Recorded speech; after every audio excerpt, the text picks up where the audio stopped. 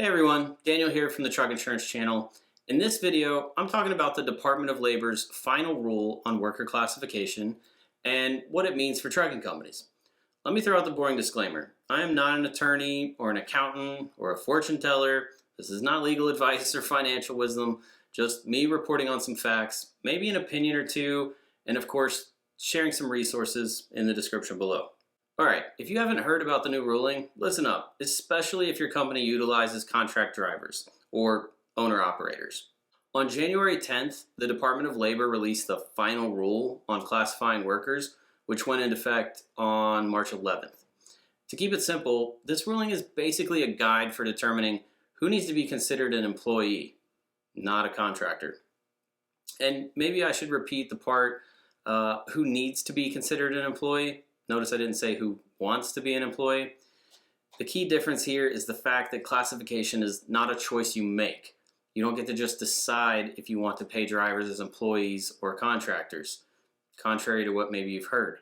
The classification depends on not just one final rule to make this easy for everyone, but rather an economic reality test of 6 factors with wildly varying degrees of vagueness that are supposed to gauge the independency of independent contractors.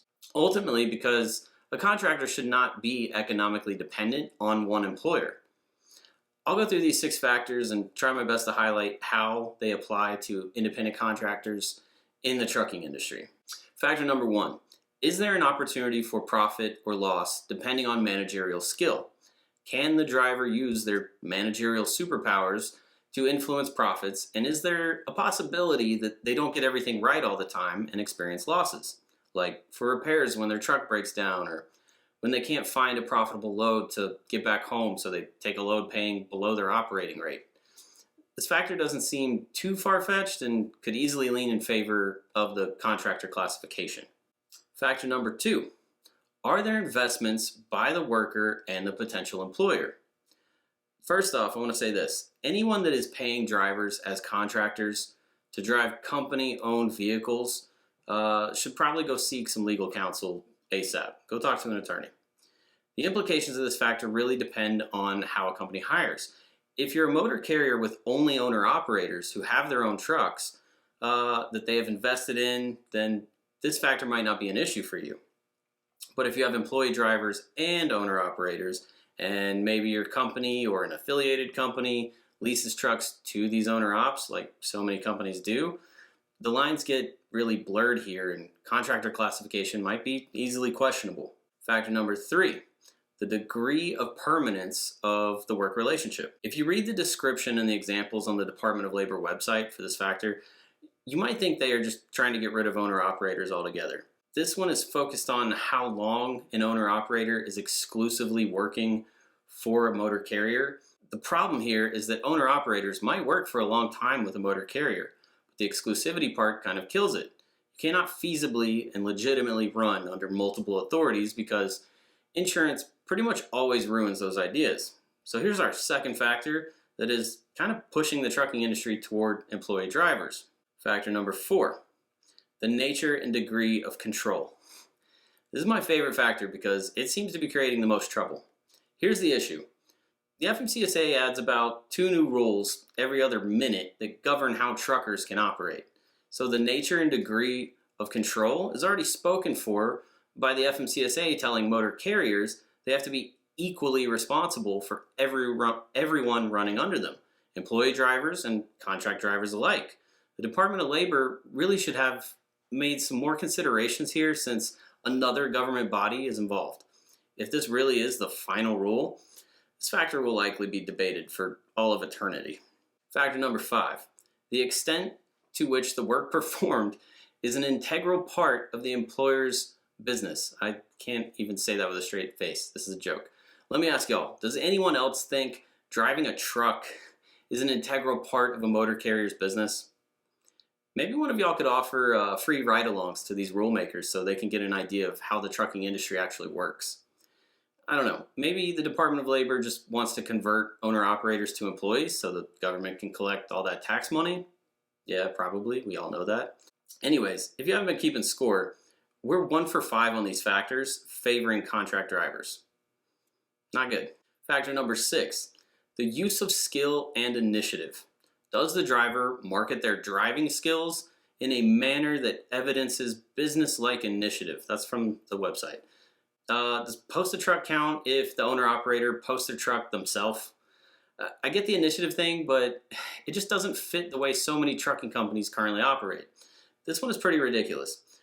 When I was reading about all of this, I came across an article that questioned if truck driving actually is a specialized skill. I was like, hold up. Just go on Facebook and watch some videos of Swift drivers. They are proof that truck driving is a specialized skill, a skill that not everyone has. Alright, so I would like to reiterate my disclaimer that this is not legal advice, but let's go ahead and answer the question that everyone is asking themselves right now. Should you be worried about this ruling if you have contract drivers? I say no, unless you have reason to believe a contract driver might go complaining to the Department of Labor about their classification and you think that classification could be questionable. Keyword being questionable. I do believe it is definitely easier to be classified as an employee under this new ruling, clearly, and that can have some detrimental impacts to your company. There's huge fines, you can get fines on top of those fines, and even potentially prison time if they can prove you're neglectful and intentional with it. So how do you protect yourself? Start with reviewing your driver contracts or lease agreements with a transportation attorney, one that knows trucking, and continue doing that at least every other year. Revisit it. If you need help finding an attorney that specializes in trucking, my email is in the description. Send me a message, let me know what state you're in, and I can point you in the right direction. You really need someone that really knows trucking, not just employment practices. If you know you have misclassified your drivers, there is a program with the IRS called VCSP that will save you insane amounts of money by voluntarily reclassifying your drivers instead of waiting to get reported and investigated.